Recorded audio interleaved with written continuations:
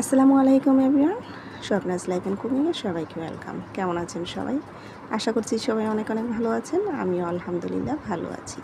আজকে আপনাদের সাথে শেয়ার করব গরুর মাংসের সবজি বোনা খিচুড়ি। আর এখানে আমি মাংস নিয়েছি আর তার মধ্যে দিয়ে দিচ্ছি বিভিন্ন প্রকার সবজি।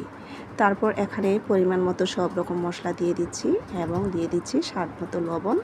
তারপর দিয়ে দিচ্ছি পরিমাণ মতো তেল। এখন আমি সব মশলা এবং সবজিগুলোকে একত্রে মিক্স করে চুলায় 10 মিনিটের মতো জাল করে নেব। তারপর ঢাকনা খুলে 10 মিনিট পর এটাকে ভালো করে নেড়ে ছেড়ে দেব যাতে নিচে না লেগে যায়। আর সবজিগুলোকে ভালোভাবে কষিয়ে নেব। তারপর এগুলোকে একটু বারে বারে নেড়ে চেড়ে দিব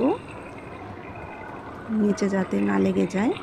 আর লেগে গেলে পোড়া পোড়া গন্ধ হয়ে যায়, সেগুলো খেতে একদমই ভালো লাগে না। তাই আমি কিছুক্ষণ পর পর সবজিগুলোকে নেড়ে চেড়ে দিব। আর সিদ্ধ হওয়ার আগ পর্যন্ত আমি এটাকে ভালো করে জাল দিয়ে নেব।